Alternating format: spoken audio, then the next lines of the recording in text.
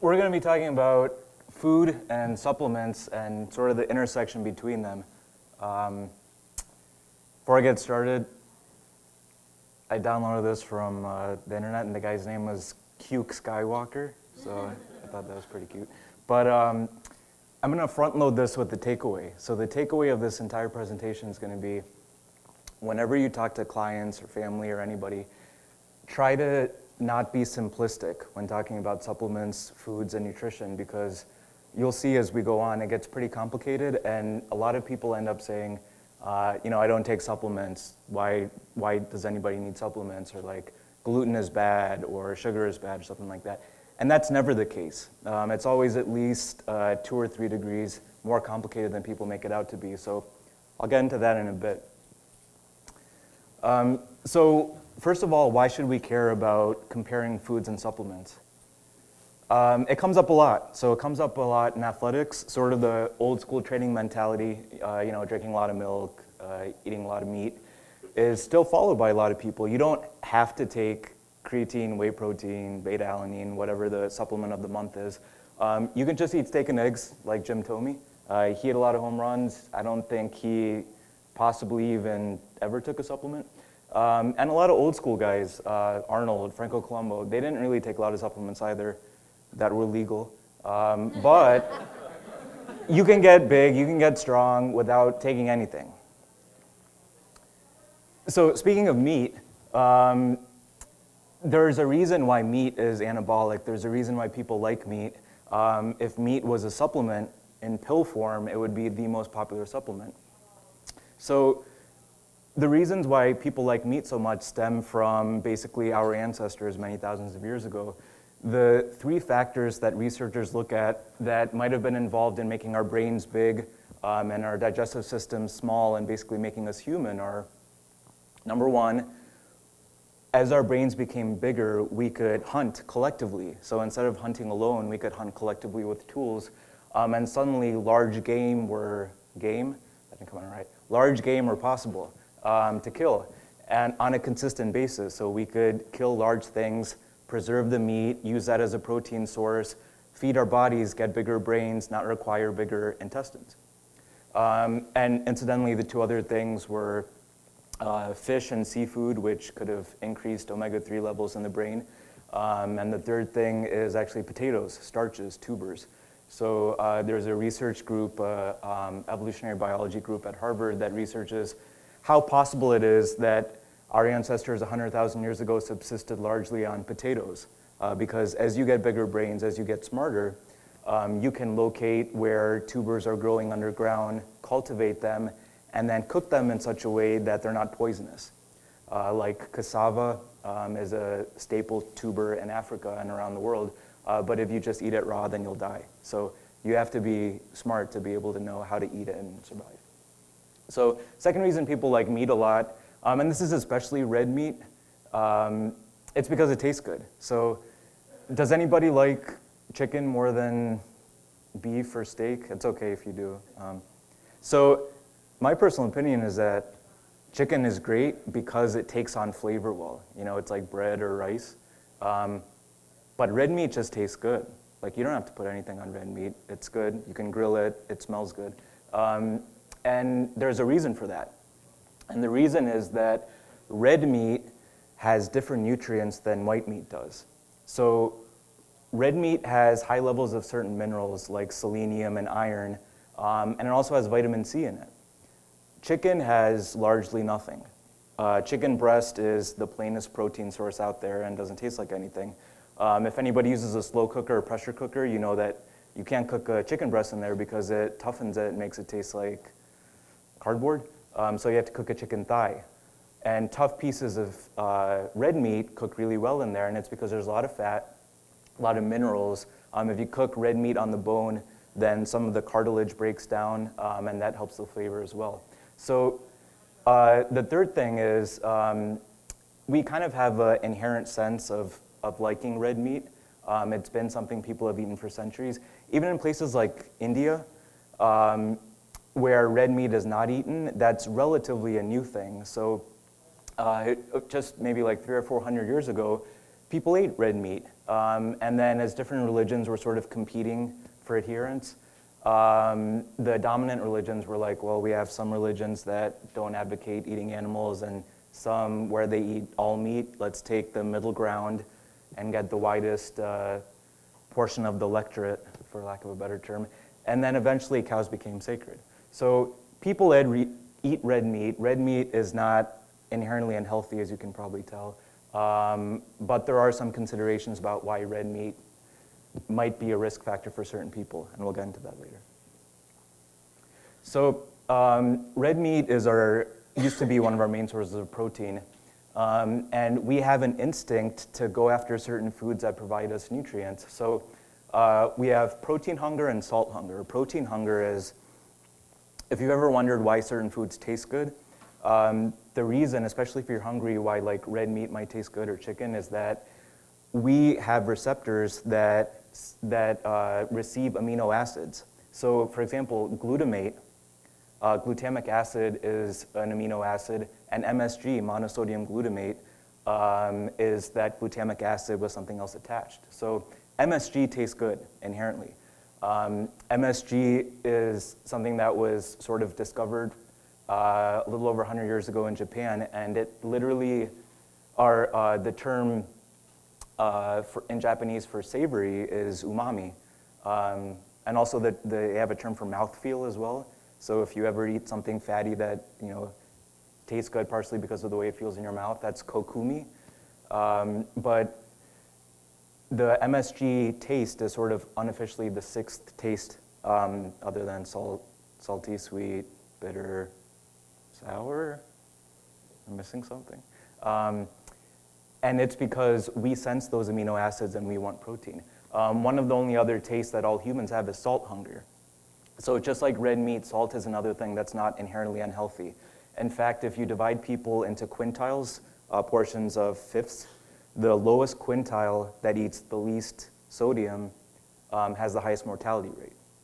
So most likely the US and international salt recommendations are probably a bit conservative, and they might change in later decades as sort of policy catches up to science. But we all have a salt hunger, and the reason is that back in the day, many thousands of years ago, salt was it's a part of meat, it's a part of all foods, and it's an electrolyte. It's something that we need in order to maintain electrolyte balance across the cell membrane.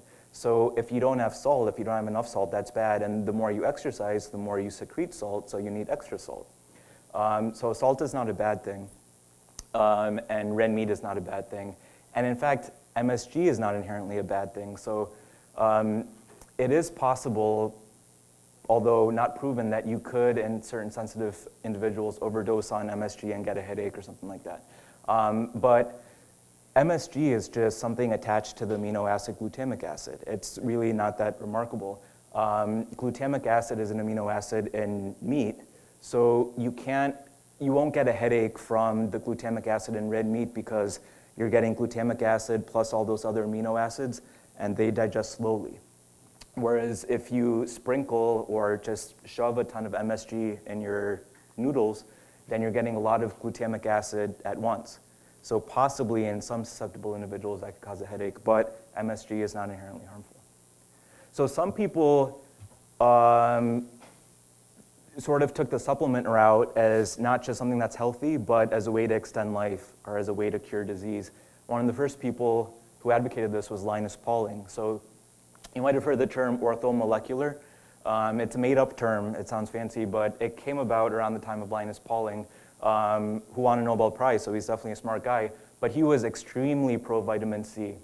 And not that vitamin C is bad nor good, but he, as well as several other researchers, believe that vitamin C is basically a necessity for longer life in humans. And it's an interesting issue. I won't get into all of it right now, but except for humans and some primates and guinea pigs, all other mammals synthesize their own vitamin C. So not only do they make their own vitamin C out of sugar, they make a lot of vitamin C. So they'll make like 1, 2, 3, 4, or 5 grams of vitamin C a day. And then they'll also make more vitamin C the more stressed out they get, the more injured they are, and if there's generally anything wrong with the body. And it's because vitamin C is such an essential antioxidant. So at first glance, that might make you think we should be getting more vitamin C. Why is the recommended daily allowance so low? But there's also a counter-argument, which is at some point, humans lost the ability to make their own vitamin C. And that must have been a survival advantage for those humans. Otherwise, that wouldn't have continued, and we would be able to make our own vitamin C now.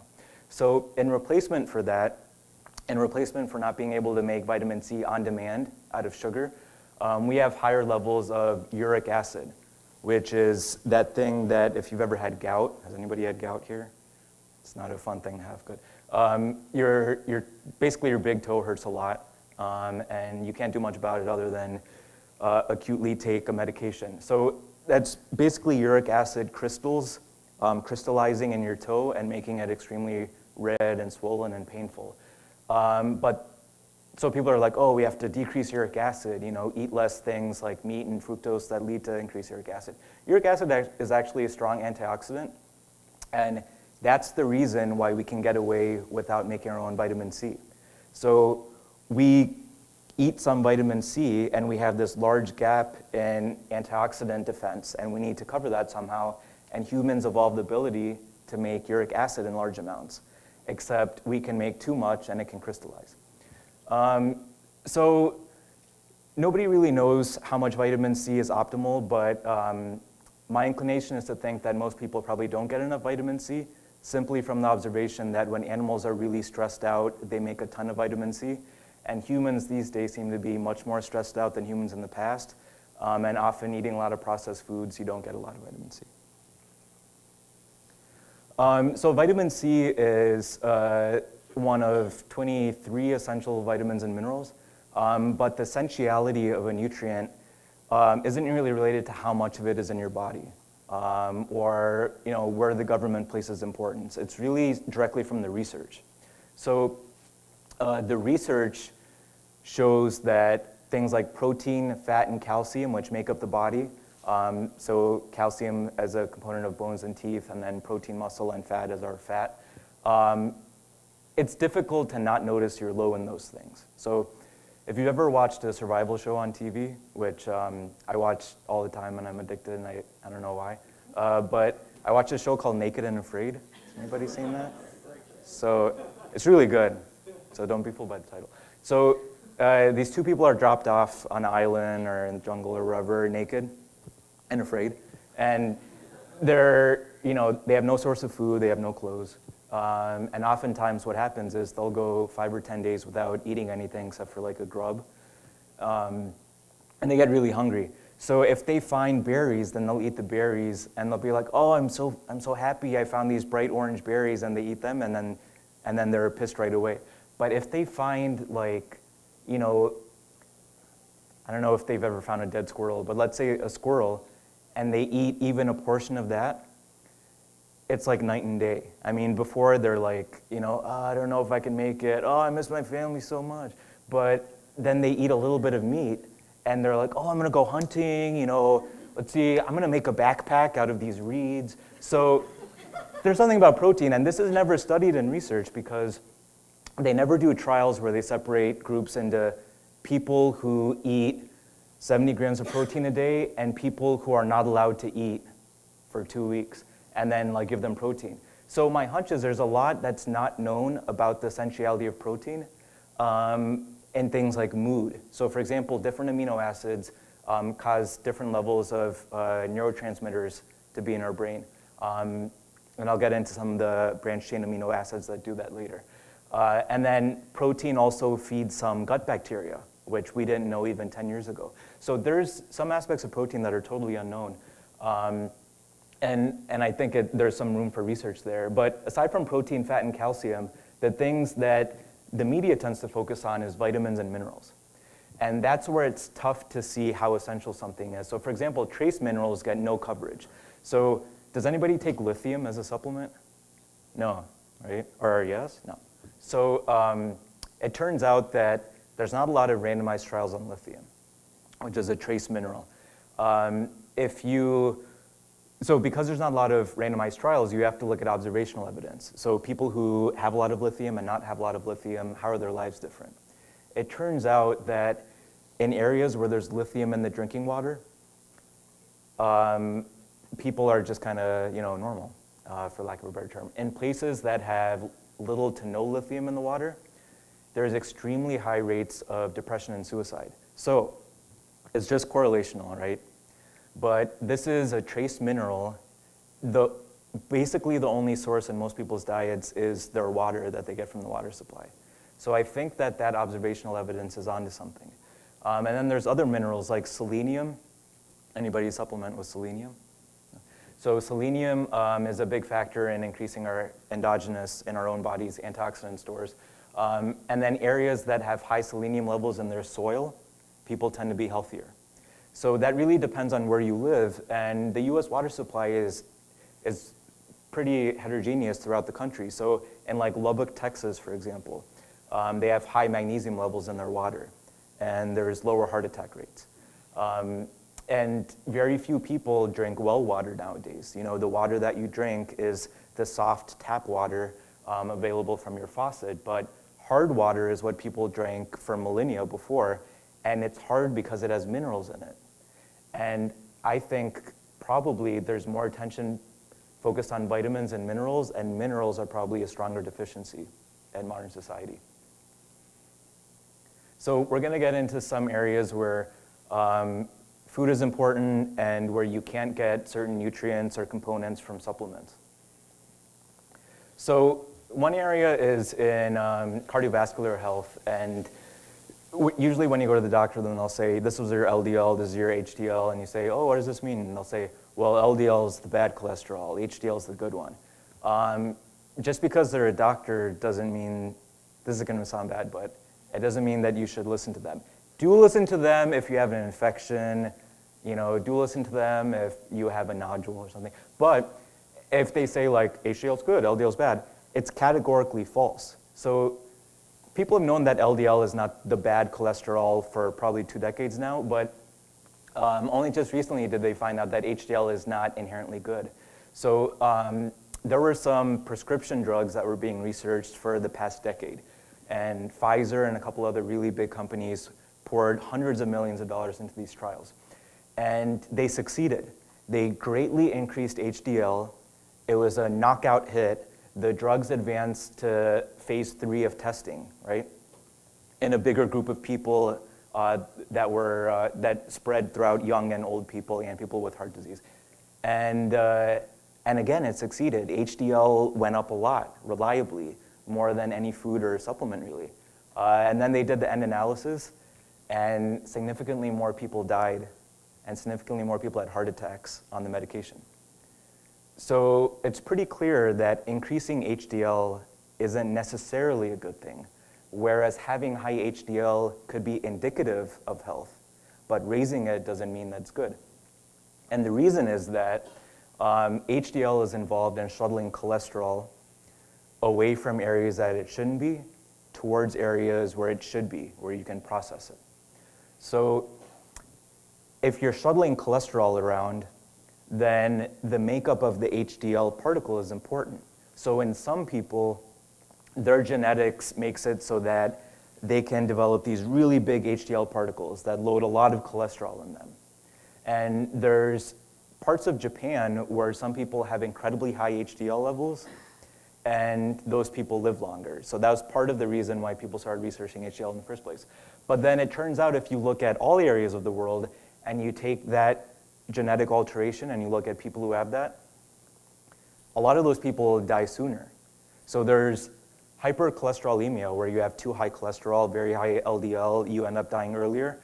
But there's also this thing where your HDL particles get really huge and you have a lot of HDL and you die earlier. So basically bloated HDL particles.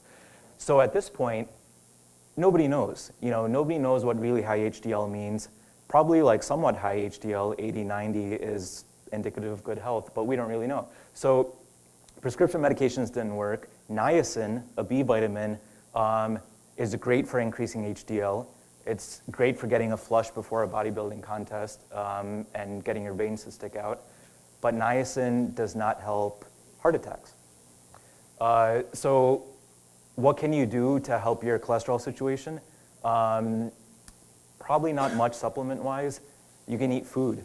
So low doses of healthy food outperforms any supplement or any medication. So there's foods that are known to be pretty good for heart health, like garlic, some other vegetables and fruits. And there's not going to be a whole ton of trials because the vegetable industry doesn't have a lot of money to throw around for trials. But food is almost always a better option for heart health.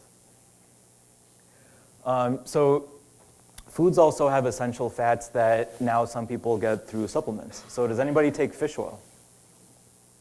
I'm sure there's people who take fish oil, so if you're lying, I'll catch you. So fish oil is one of the most popular supplements other than whey protein, creatine, multivitamin. Fish oil is not a bad thing. It's also not a good thing, which is, I guess you'll see a theme. So parent fats are basically the fats we eat from foods that can become things like EPA, DHA, or different longer chain fats. Arachidonic acid, ARA, is a type of omega-6 fatty acid that is currently being researched as a bodybuilding supplement. So it could potentially increase response to exercise, which is good, but I always tend to, or try to think of things in the bigger picture. And the reason why taking something like arachidonic acid in large amounts or fish oil in large amounts is not good is because when you eat food, then some of those fatty acids become part of your adipose tissue. Some of them are used for cell signaling. Some of them go in other places, right? But when you take a concentrated end product fatty acid that your body would have naturally made and you take it in large amounts, then all bets are off. And one reason is because those longer chains there, so the more carbons you have, the more areas where that oxygen sticks out, like on the lower right, upper right, anytime there's that oxygen sticking out, there's more opportunities for oxidation, oxygen, oxidation. And that's why saturated fats, even though they might be slightly harmful for certain people with susceptibility to heart disease, saturated fats don't go rancid. You can leave out a saturated fat and it won't go rancid. Coconut oil, it doesn't go rancid. You can leave butter out on the counter. I just started doing this a few years ago. I don't know why I didn't know this before, but you don't have to spread hard butter on your toast. The butter's not going to go rancid on your counter. So other oils, the more polyunsaturated it is, the more of those oxygens are sticking out, the more easily oxidized it is. And it turns out that fish oil is the most easily oxidized. So that's good in your body because the more easily oxidizable the fatty acid is, the more uses it has, because your body uses that oxidation capability for signaling. But if you take in a lot of fish oil, then you're basically telling your body, here's a lot of oxidizable fatty acid, deal with it. If your body can't deal with it, you're going to have a lot of potentially rancid fat in your body, which is not a good thing. So be careful when taking fish oil. Don't take more than the label says. Don't buy those large containers of liquid instead of the pills, because once you open a fish oil bottle, auto-oxidation starts right away, even at a low level. Oxidation comes from heat, light, and just time. As to whether somebody should take fish oil or not, that's a separate presentation, but I'll just say be careful. So people also take antioxidant supplements. Anybody here? I think nobody's going to raise their hand ever, so I just won't ask again, but I'm sure that people do. Antioxidants are not bad. They're not good. This is a sort of family tree of phytochemicals, many of which are antioxidants. So there's like blueberries and green tea and antioxidants in a bunch of different foods. But no matter how many blueberries you eat, you're never going to get a mega dose of anthocyanins. No matter how much green tea you drink, you're not going to get an overdose of EGCG. So you can never get that much by eating food, and it's because you have to actually eat or drink the food, chew it, digest it.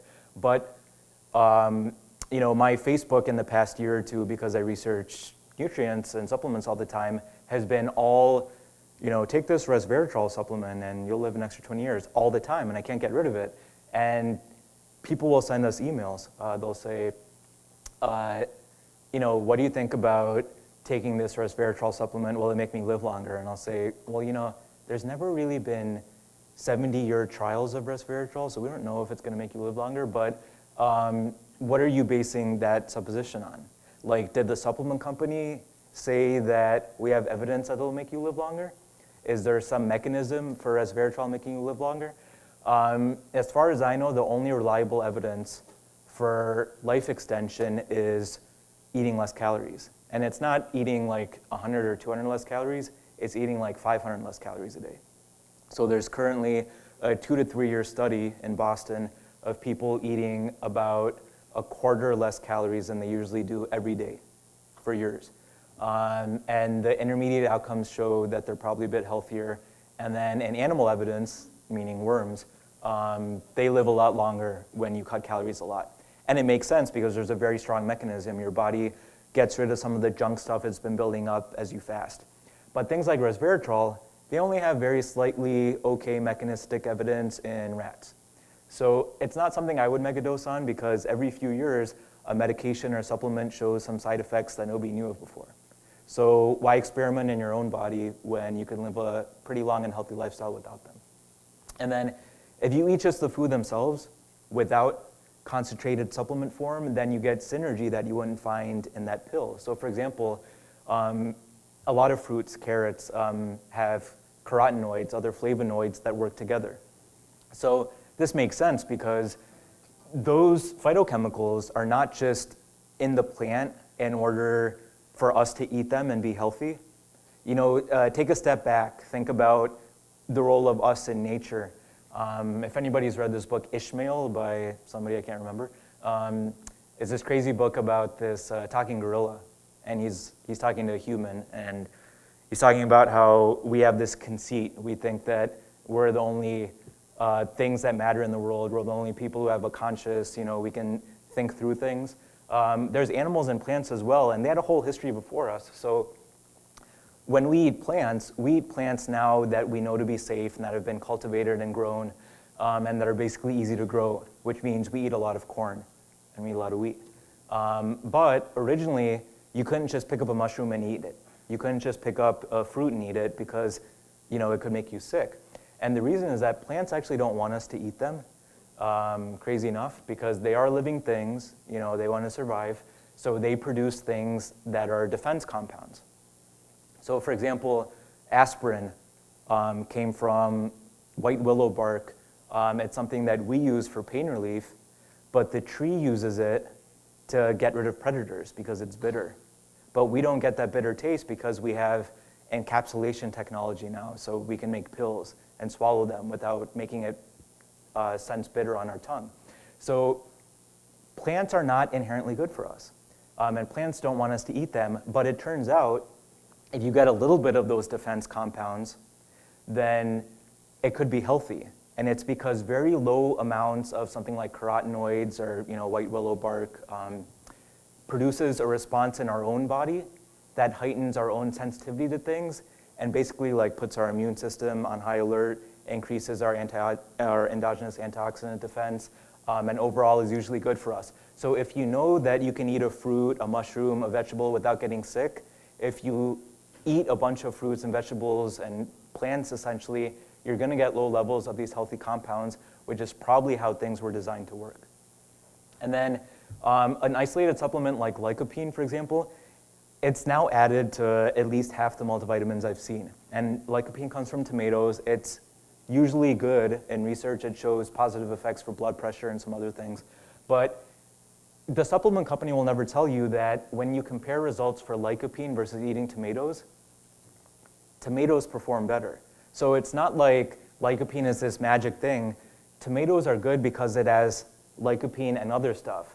Lycopene is good because it's one of the things in tomatoes. So why take lycopene plus whatever else is in tomatoes plus whatever else in pill form when you could eat a tomato?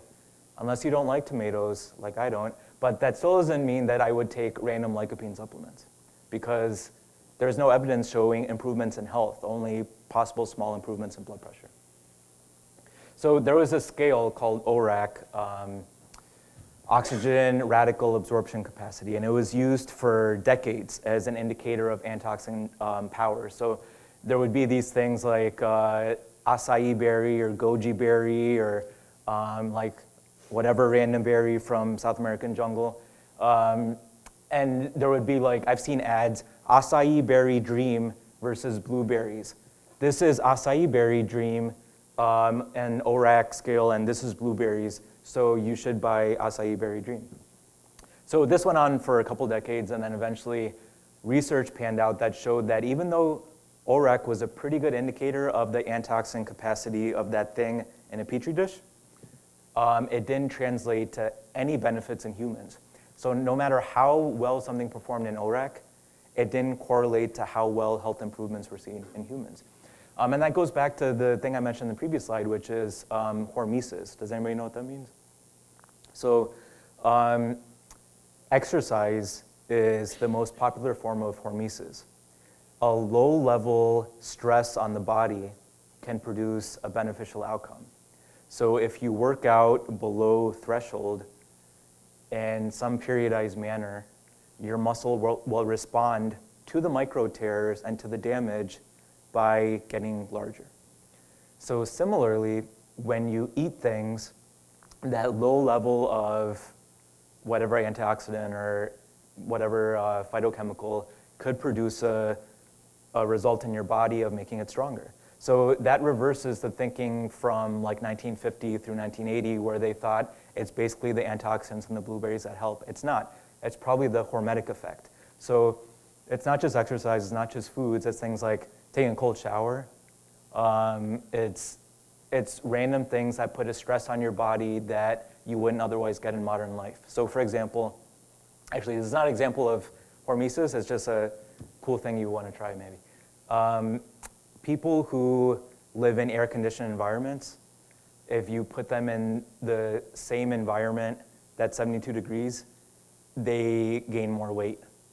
And it's because the slight stress of a slightly lower temperature, like not wearing a jacket outside or whatever, accumulates over time to an increased metabolic rate.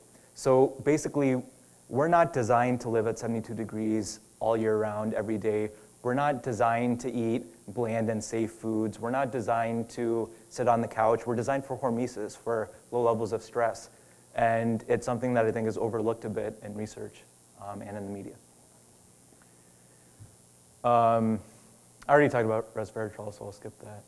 So there's also some instances where supplement, I used to take meal replacement shakes when I was growing up, as young as 12 years old, mass gainer 3,000 or better yet 5,000, and it would have tons of maltodextrin or dextrose or whatever carb. And then for a long time I would read studies that showed that dextrose actually was a good post-workout carb, or maltodextrin, or basically any of those easily digestible carbs. But in reality, foods usually perform as well or better as long as you can digest them okay. So in this graph, it shows that if you look all the way on the right there, glucose plus fructose, two of the most basic sugars, if you eat them together, it performs better than glucose or fructose alone. So what does that mean? It means that getting sugars combined is helpful because it increases the oxidation rate, the amount of that sugar that you can use to replenish your glycogen stores. And it's basically good for a post-exercise meal. So what you have to watch out for is you want to avoid gastrointestinal distress. So there's different ratios of glucose and fructose in different foods. So grapes have a 50-50 ratio of glucose and fructose. Watermelon and pear have a lot more fructose than glucose. The higher the fructose to glucose ratio is, the more likely you'll get stomach upset. And it's because you can absorb a very large amount of glucose through your intestine, almost unlimited amounts sometimes, especially after you exercise. But most people can only handle about 30 grams of fructose. And if you have bad digestion, if you have some gut issues, it's even less. But you can absorb more fructose through those same transporters if they get pulled along with glucose. And glucose and fructose comes together not in supplements or post-workout shakes, but in foods. So like a banana plus whatever your protein mix is, or meat and whatever your protein or carb mix is usually a good idea. So now we'll get into some areas where food is possibly not as good as supplements for certain uses. So it's hard for people nowadays to get enough nutrients. And one reason is, like I said before, soil is different. So some areas have high levels of selenium and other minerals, some areas have low levels, and it's because farmers don't grow food for your nutritional benefit. They grow food to provide for their families, to make money. And soil is different nowadays. There's usually one crop grown on a certain set of land, and that's it, and they try to maximize the amount of that crop they can grow. So we have fewer minerals in our soil, fewer minerals in our water. And then the solution for some people, if they're not going to get enough nutrients through food, or if they eat a lot of junk food, is a multivitamin. And that's tough. There's a lot of issues with multivitamins. So for people who eat really, really crappy, I think a multivitamin is a good idea because it's better to get some nutrients than none at all. But if you look at the label of the multivitamin, you'll usually see one of two different types. One is 100% of the RDA for every nutrient across the board. And the other type is the ones where you have to take a ton of pills, or the pills are really, really huge. And they have like 5,667% of vitamin B12. So is that better than like 2,000%? Or, why did they choose that specific amount? So what I think is that they choose amounts for very specific reasons. So the 100% amount is because it's what the government deemed as the minimum necessary to avoid disease. And the really high amounts is because you put in high levels of nutrients that don't take up a lot of space and that look impressive. So B vitamins are in micrograms, very small amounts. So I could put like 1 million international units of some B vitamin in a pill and it would look really impressive. But if I put 200% of magnesium in a pill, the pill would be like this big. So that's why you'll only see 100% of magnesium in a pill. And then magnesium is also very costly. You can't just grow it in a lab. So to get magnesium, you have to pay money. The pill becomes more expensive. You make less money as a supplement manufacturer. So what they end up doing is they'll take a really cheap form of magnesium, usually magnesium oxide, and you know what else magnesium oxide is in? Laxatives. So it's not easily absorbed, which makes it a good laxative, which makes it something that probably should not be in multivitamins, but it's in at least half of multivitamins. So when you look at a multivitamin, if you're going to take one, look at one that is neither 100% across the board or super high amounts where you have to take a lot of pills. Look at a multivitamin that is well thought out, that doesn't have extra stuff like lycopene in it, and that covers nutrients that you might be missing in your diet. So like magnesium is something that a lot of people are missing. Some people have low levels of iodine. So first, think inductively about it. Don't just start from 100%. Think, what could I be missing? And then what sort of supplement should I look for? So this is especially the case for nutrients that are less known. So these are K vitamins. So everybody knows vitamin K is in leafy greens, but what about vitamin K2? Does anybody know what vitamin K2 is? Has anybody heard of it? So do you know if you get K2 in your diet or? Okay, so as you can see, only one person knows what vitamin K2 is, and fermented foods as a source of vitamin K2 means probably all of you are not getting K2. That's a safe assumption. And the reason that's important is because vitamin K is the vitamin that your doctor will mention. It's involved in coagulation and stopping bleeding. So the German word for coagulation is coagulation, except with a K, because it's German. So that's where the name vitamin K came from. And then at some point, because that thing in the middle, the structure looks like the one on the top, they're like, oh, this is kind of like that one. We'll call it K2. But it does nothing that vitamin K1 does, and K1 does nothing that vitamin K2 does. So not a lot of us need extra help with stopping bleeding, but a lot of us need help with things like preventing heart disease, preventing cancer. That's what vitamin K2 does. So basically K2 takes the calcium that you eat and shuttles it to places like bone and teeth where you need the calcium, and it shuttles it away from places like arteries where if you have too much calcium, then you have a much increased chance of heart disease. So Like before I was talking about LDL not being necessarily bad and HDL not being necessarily good, your LDL level is weakly correlated with your chance for heart disease. Your coronary calcium score, which you probably don't know of unless you're older or have had a heart attack, is extremely highly correlated with your chance of heart disease. If you have a high score, you're pretty much guaranteed to get a heart attack. So you want your calcium to be shuttled away from arteries, and that's what K2 does, but unless you eat a lot of fermented foods, a lot of pastured cheese and butter, you're not getting any K2. Another source of K2 is, I'm not going to pronounce this right, N-A-T-T-O, natto. I'll just say natto. Japanese fermented beans.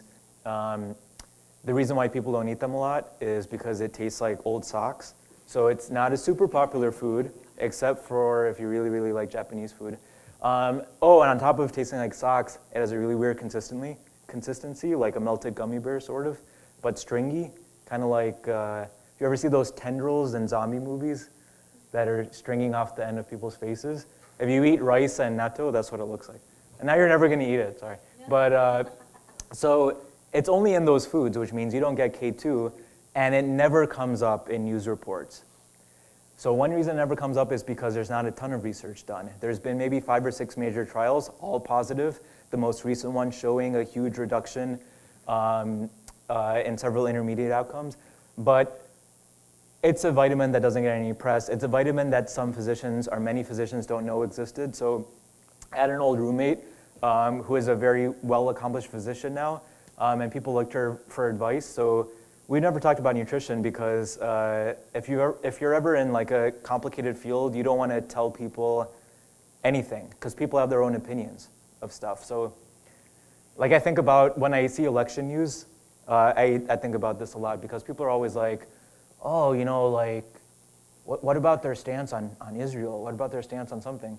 How much do like us normal people know about public policy? Like, do we know everything about climate change? Do we know everything about, you know, NATO and the Near East? No. You know, we know a little bit about what we read, and then we form our opinions. And sometimes it's obvious that a politician will have a weird opinion, but we don't know everything. So similarly, people will be like, yeah, you know, I take creatine, I take a multivitamin. Do you know that magnesium is really important? So I take that too. Which is okay, because who has time to read the actual studies? Nobody. But because it's my job, I read studies, and I find there's a huge mismatch between what's reported on and what's actually important. So vitamin K2 is one of the things that gets absolutely no press coverage and is hugely important, and I'll try to focus on some more of those things that are, but you know, if you can't read the research, at least note the things that are important and Google them. Or go to a website. There's some websites that have information like our website, examine.com, that is just the studies. You'll just find the results. So it's difficult to get reliable information, and don't trust what you read, which you probably already knew. And then even things that people know of, like vitamin E. People know that vitamin E is a fat-soluble vitamin, A, D, E, and K, right? But nobody knows the important things about vitamin E. So the recommended daily allowance, researchers think it's probably too high. So it turns out that people who take vitamin E every day for years usually die a bit earlier, which is bad. So then vitamin E is an antioxidant. Does it mean we shouldn't take it? No. There's a lot of factors. So for example, a study just came out in the past year showing that people who are overweight and obese actually need quite a bit more vitamin E than people who aren't. And it's not because it gets trapped in fat cells or something. It's because the interactions in the gut where you actually absorb vitamin E is different in people who are heavier versus lighter. So there's also an impact of the amount of fat you eat with vitamin E. So out of the fat-soluble vitamins, vitamin A, D, E, and K, sometimes people will take their vitamins in the morning, you know, before going to work or whatever, without food or with coffee. Generally, if you don't take a fat-soluble vitamin with fat, you don't absorb any of it, or very little. That's why it's called fat-soluble, because it's not soluble in water, but in fat. So if you just take it, it goes down, there's no fat in your gut, you'll poop it out. So you're wasting a lot of money. you should take some fat, but only recently have researchers seen how much fat you need. So, like, is the cream in my morning coffee enough? Well, it depends on the nutrient. So not all fat-soluble vitamins are the same. Vitamin E, for example, needs some fat. Vitamin A needs a lot of fat. If you compare people who take vitamin E with like a salad with 20 grams of fat in it versus people who take it with, let's say, the 5 grams of fat in your coffee cream, the people who take it with the coffee will absorb like 5 or 10%. The people with the salad and the salad dressing absorb like 50 to 60%. So you have to be very careful which meals you eat your supplements with. And not even all fat-soluble vitamins need much fat. So vitamin D, for example, doesn't need much fat. If you even take a little bit of fat with it, then almost all of it is absorbed. Whereas vitamin E just doesn't absorb very well in general. And then there's stuff that people don't know yet. We try to report on things as they come out, even if they don't get reported, but there's things that we'll never know. So like vitamin D, it's possible that if you get some sun exposure, you synthesize some vitamin D, it's possible that you could wash the precursors off your skin if you take a shower and you use soap. And it's because vitamin D is fat soluble. Soap saponifies things, which means traps things in fat to get them off, like detergent. So you could possibly wash vitamin D off your skin, which is not good if you're low in vitamin D. But there's all these issues that people don't really know about, and I think it's because sort of the simplistic things get reported, like, oh, vitamin E good for cancer, Oh, time's up. So yet again, I have only got through part of my presentation, but feel free to ask me questions after, because as you can see, things get complicated and it's hard to get things in 50 minutes.